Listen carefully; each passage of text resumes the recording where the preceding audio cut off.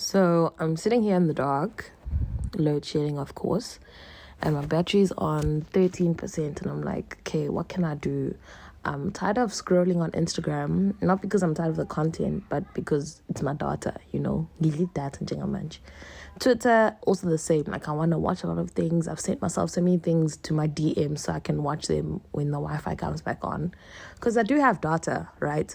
But my data is like for NP things, like when I'm at the office. So I don't want to be wasting it when I'm at home. Because technically, I should be on Wi-Fi. So that is what's annoying me right now. It is the 21st of September and we are in stage 5 or 6. Or it was 5 and now it's 6, and then from 6 it goes back to 5. I don't even think Eskom knows what stage we're on. I just think they know Guti Baskapukis. And the real question I have is, what the F is happening in South Africa?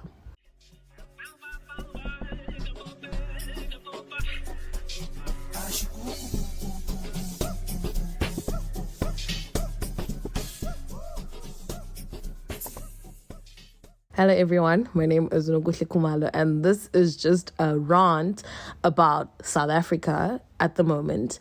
It's very confusing. I'm confused and I'm sure you're also confused. And if you're not confused, stick around. Let me tell you why you need to be confused, because like, we don't know what's happening. Like, I don't have. Cool. So load shedding is like probably the best conversation starter these days. Literally, you just tell people, load shedding, and then people go off about the traffic, the food that's going off in their fridges, having to go work at the office because you can't work at home anymore. And like, for me, I think the most shocking thing is the fact that we actually got to stage 6. I remember when load shedding started, I think we all thought stage 6 was like a scare tactic. Like, we were always on stage 2, 3, but like 6 was like, at that point it's going to be super bad, But now suddenly we're experiencing stage 6, and now we're looking at stage 8 like, if we get there, that's like the worst. But you know what? I have a feeling we're going to get to stage 8 and then they're going to add a stage 12, stage 14. I don't even think it's going to end, guys. Like, I'm really... I don't want to sound like too pessimistic, but I mean, what's the plan? No one is talking. Our president's busy lapho lazy. Ni right God? Ni right? Cause mina ngazi noma ngirightin. You are listening to Ask Miss K, and I'm just ranting about how upset I am about load shedding. The name is Eish-kom, and I hope you're enjoying this podcast. Things are just not looking great, and I think as the youth, we probably worry the most. I'm not saying that our parents don't care. They probably do, but I mean, for us, it's like we still have, ideally, we still have a good 60 years ahead of us, okay? And our parents, maybe not so much. So it's like, where is South Africa going to go? Like, and I think the question is, what needs to happen for South Africa to get to where it needs to be? And obviously, I know there are other countries that are suffering way more than South Africa, and South Africa is actually known to be quite a pretty great country, great tourist spot, blah blah blah. But the reality is that as much as it's great, it could also do a lot better. Like, we can do a lot better. Like electricity, I've covered. Unemployment is actually so disheartening. And when you look at the stats, it's like, okay, stats. But then when you try to think of people and you think of your family, your friends, and you realize, actually, this is not just a random stat. This is actually happening, and this is impacting like our families and our livelihoods. And even if you are working, you still feel the impacts of unemployment. And I know it sounds like, people who are employed are now trying to be like the center or the main character in other people's struggles. But literally, unemployment affects everyone. Even if you're employed, it still affects you. It affects the way you live. It affects the way you spend your money. Because, there's less people contributing to the GDP and everything. Unemployment impacts all of us, and I don't even want to get into it because this is not a podcast on economics. If you want to check out those, you can literally go search Bruce whatever and Money Talks and all of those things. I actually like those podcasts. Shout out to Tabs for recommending. But nje, South Africa right now is not looking great. If it's not potholes, it's poor service delivery. If it's not that, it's the fuel prices. And okay, with fuel, I get it. It's not only South Africa, because I mean the war, the Russia versus what again? I can't even remember, but that Russian, oh gosh.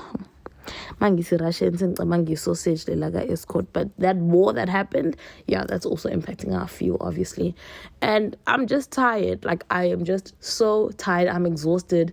I don't even know what I want to do. I don't even have the energy to think about how I can, try to do my part. And unfortunately, what is starting to appeal to me is leaving, and I know it's not just me. I know it's a lot of my peers. And what's going to happen is that South Africa is going to get a brain drain, which is when your qualified people leave the country, they immigrate because they know that they can work elsewhere for much better salaries, and live in, better countries, essentially. And when you watch these TikToks and you watch people who used to live in South Africa or other African countries who've moved to the UK, the US, it always seems pretty great. But is it really better? Like, is it really as good as it looks? And I'm a bit skeptical, I'm not going to lie. But I think I'll just have to feel it myself to believe it, if that makes sense. You are listening to Ask Miss K, and I'm just ranting about how upset I am about load shedding. The name is Noguhle Kumalo, and I hope you're enjoying this podcast. And seriously, as young professionals in South Africa, I think right now you have one of three options. Number one, you stay in South Africa and you try fix it. Number two, you leave South Africa, you go make money elsewhere, and then you come back to a hopefully fixed country. Or number three, you leave South Africa completely. Option three for me, which is leaving South Africa completely, is not practical. It's not going to happen, not for me, and I'm assuming not for a lot of South Africans. And this is just because, like, when you're leaving your home country, like, you're actually leaving a lot more than people make it seem. You're leaving your family, you're leaving your friends, your emotional support, and all of that. And a lot of us don't have relatives abroad, or maybe let me just say myself, let me speak from my perspective. My family is actually mainly situated in KZN, which is a province in South Africa. And hardly anyone has actually left KwaZulu-Natal. So even moving to Joburg or going to study in Cape Town was quite a big jump. I don't want to say big jump and make it seem like, I did things. No, but I'm saying I went from seeing my family every week, like my extended family every week, to, only seeing them when I went home, when I went to KZN. So now if you're leaving the country completely, that's even going to reduce, like, you're going to see your family even lesser. So it's not practical. It's not something that I'm looking to do. I am someone who actually thrives from my family support, having familiar faces, knowing I can, like, rely on people, lean on them if I need to. Also, like, when people are celebrating things, I want to be there. I actually have such bad FOMO when my family has brides or parties, because I'm like, I should have been there. Now, how much worse will it be when I'm not even in the country? So option three, not going to work for me. Option two, which is to leave South Africa and come back later, is probably the most tempting one, I won't lie. But unfortunately, nothing is guaranteed, okay? Like, when you leave, how do you know that you're going to come back to a South Africa that's fixed, There's no magic words that people can say to fix the country. And if you, as one of the young professionals, one of the smart people, one of the talented, educated people are leaving, who are you really leaving behind to fix a country? Are you leaving these old people who should have retired many years ago and trusting them once again? Because, that doesn't really seem like the smartest thing to do. All right. And also, people argue that even though the salaries abroad seem like relatively high, the cost of living is also quite high. So often people will actually leave South Africa but live humble lives abroad. And then you just have to ensure that you're saving enough so that when you come back to South Africa, you're all set up. You've got like substantially a lot of money and you can do things just to make sure that, you know, you have a stable foundation here in South Africa when you come back.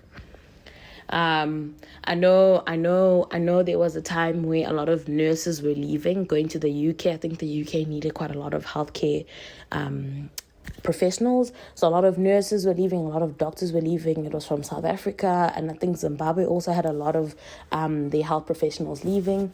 And obviously the money was great. I know my mom was considering it, but thank God she decided not to.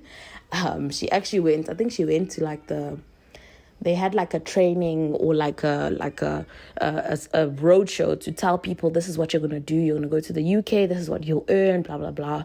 So I know my mom went to one of those things. And I think it was like a week-long conference out of the province that we lived in. And then when she came back from that, she drove in, and my older brother and I were playing on the street with our friends, like yabona magdlalo donkey, no hopscotch, phandle emgaqweni. So when my mom was coming back, she saw us on the road, and we also saw her. And then obviously she was very emotional because she had missed us. I think it was the first time my mom had actually been away from us, and I was probably 5 and my brother was probably 6. So we were still pretty young. And then she got out of her car. Got out of the car. I think my dad had fetched her, walked down, and then she called out our names, like to come to her. So we sort of ran towards her, waved, and said, "Hi, Lindy, wubuyile." And we went back to like go play hopscotch or donkey or whatever we were playing. And apparently that broke my mom's heart. Like, I think she's still traumatized till this day. And that was her decision to say, nah, she's not leaving.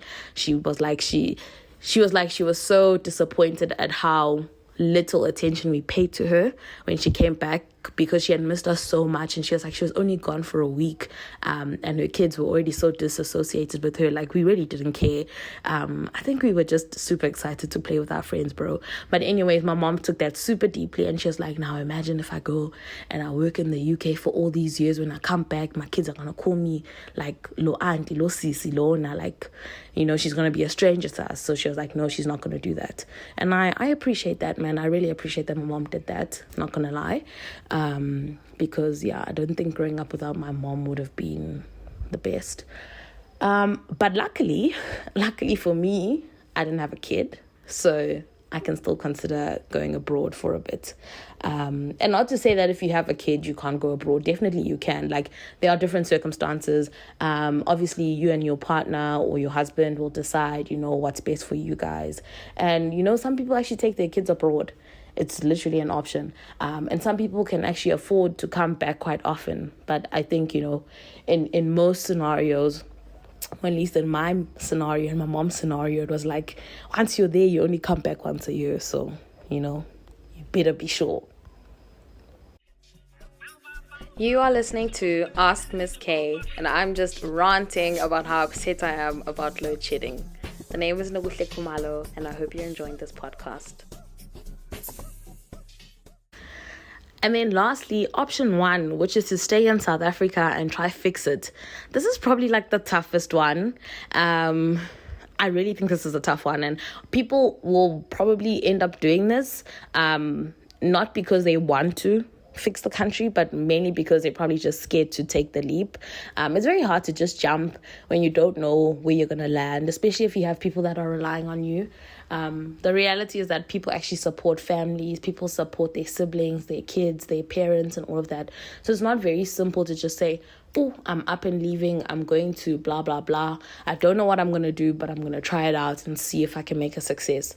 That's quite a privileged thing to do. That's quite a privileged thing to be able to say, because it's like, if you don't make money, no one is affected. The only person that is affected is you. And that's fine. But if you're someone who's like responsible for more than yourself, more than just one person, it becomes a lot harder to take such risks, because you know what? Your risk appetite becomes super low, because you know what? Every single rand counts I don't want to say every cent counts because we're not dealing with cents here, but every rand counts, right? And also, like, even with staying in South Africa, there's a lot that South Africa can do. There's a lot of potential. There is a lot of potential. It's just that I don't know if we are going to have the opportunity to tap into it. You are listening to Ask Miss K, and I'm just ranting about how upset I am about load shedding. The name is Khumalo, and I hope you're enjoying this podcast. So the real question here, guys, is what are we going to do? Like, what is our generation going to do to change things around? I think we're quite disheartened, I won't lie. Usually people get super excited about elections because, yes, change is going to come. But I think for us, we're like, oh my word, really? Like, even if elections were tomorrow, like, I think I'm very confused. I wouldn't even know who to vote for. And I know my dad always gets a bit annoyed when I say this because I'm always like, I can't. Like, you're making me choose the better devil, but they're all just bad. And my dad's like, no, it's your right and your responsibility as a citizen to vote. And I fully understand that, guys, and I fully get it. But at this point, it's like, who would you vote for? Like, I need qualified people in there. I need people who know what they're doing. I need people who studied this, who've done research, who know what we need, who know how to get us out of there. And those are people who are qualified, people who've studied for it. Not people who were just involved in apartheid, and then apartheid is like now their qualification. Literally their CV just says apartheid or whatever. I don't need that. And I'm like, it's a very tricky thing to say in South Africa, of course, because our history is very complex. But I think at this point, we've reached a point where those old freedom fighters have forgotten what freedom they were fighting for. And it's now just about greed. And guys, and like, you can try defend them, ne? You can try defend them. But when you look at like ministers' children and their kids and stuff, and they are living, those people are living. It frustrates me so much because it's like, you know what? Ayiko fair. But also on the flip side, when would you not chow money when your parents had it? Unfortunately, it's not their parents' money. Like, it's not for them to have. But I mean, it's already there, so just chow it. And I mean, if your parents go down, it's fine. At least you will say that upilile, you lived. But yeah, I'm just wishy-washy about the whole thing. I really wish we had competent people in there. And it's not easy to say, okay, vote for the other party. Like, I don't know if I can trust the other parties. Some parties are like borderline racist. Other parties are like too radical. And like, like, there's no political party that I can fully back, and maybe it's time that we actually start our own political party, a combination of all of the good qualities that we can pick out from all these different parties. Because I won't lie, like, they all do have good qualities, they all do have good points, but they also have a lot of shit points as well. And I don't know if I'm willing to accept the nonsense. But for all of them to coexist, I think they need each other, because the one party literally spends their whole life, their whole campaign is just to say we are anti-ABC, whatever. I don't want to say political names. I don't wanna be, angazi ukuthi bangangenza mhlawumbe bangangibopha xa bangase ngibosha nge-podcast however ngingahayiza. But anyways, some parties are just anti-ABC, like, ABC has done this, we reject this. Okay, another party is just like, no, BA ayihambe. How? Like, no party has come across and just said, this is our stance, this is what we believe in, this is what we'll do, and we need your vote to help us. Or maybe they have, I just don't know about it because their marketing is not that great. There are a couple of political parties like Maning, it's just that we only see the top 5, top 7 when we're actually voting, which is, probably bad, but I don't know, guys. What do you guys think? I also think, like, in today's age, like, social media is like the best place ever and can be free if you use it wisely. So I feel like even nama parties la, are under the radar, that are not known. I really think if they devote themselves and they do the right campaigns, they can really get a lot of support through social media. But yeah, it's tricky, Lento. This is what you call impica badala. And honestly, angisabathembi abadala. So impica badala, impica zingane, impica youth, impica yonke into nje. But anyways, I'm very confused. I don't know about you. You are listening to Ask Miss K, and I'm just ranting about how upset I am about load shedding. The name is Nobuhle Kumalo, and I hope you're enjoying this podcast. Thank you so much for tuning in. My name is Nobuhle Kumalo, and this was my rant about what the hell is happening in South Africa. Stay safe, guys, and I hope you guys are not in load shedding like I am. Oh my word, side note, ukes ubuye like 30 minutes ago. I just didn't realize because when I got back from work, I obviously didn't switch on the lights because bekusane ilanga, like it was still bright. And then when ukesi went, I mean, I'm not going to switch on ukesi ongekho. So when it came back, I didn't realize it was usubuyile. And for some reason, I didn't hear my microwave because that's usually what indicates would say sesi on subuyile ukesi. So I've just spent about 30 minutes in the dark for nothing. But you know what? I still blame Eskom. Zonke inkinga zami ziqala ngo-Eskom.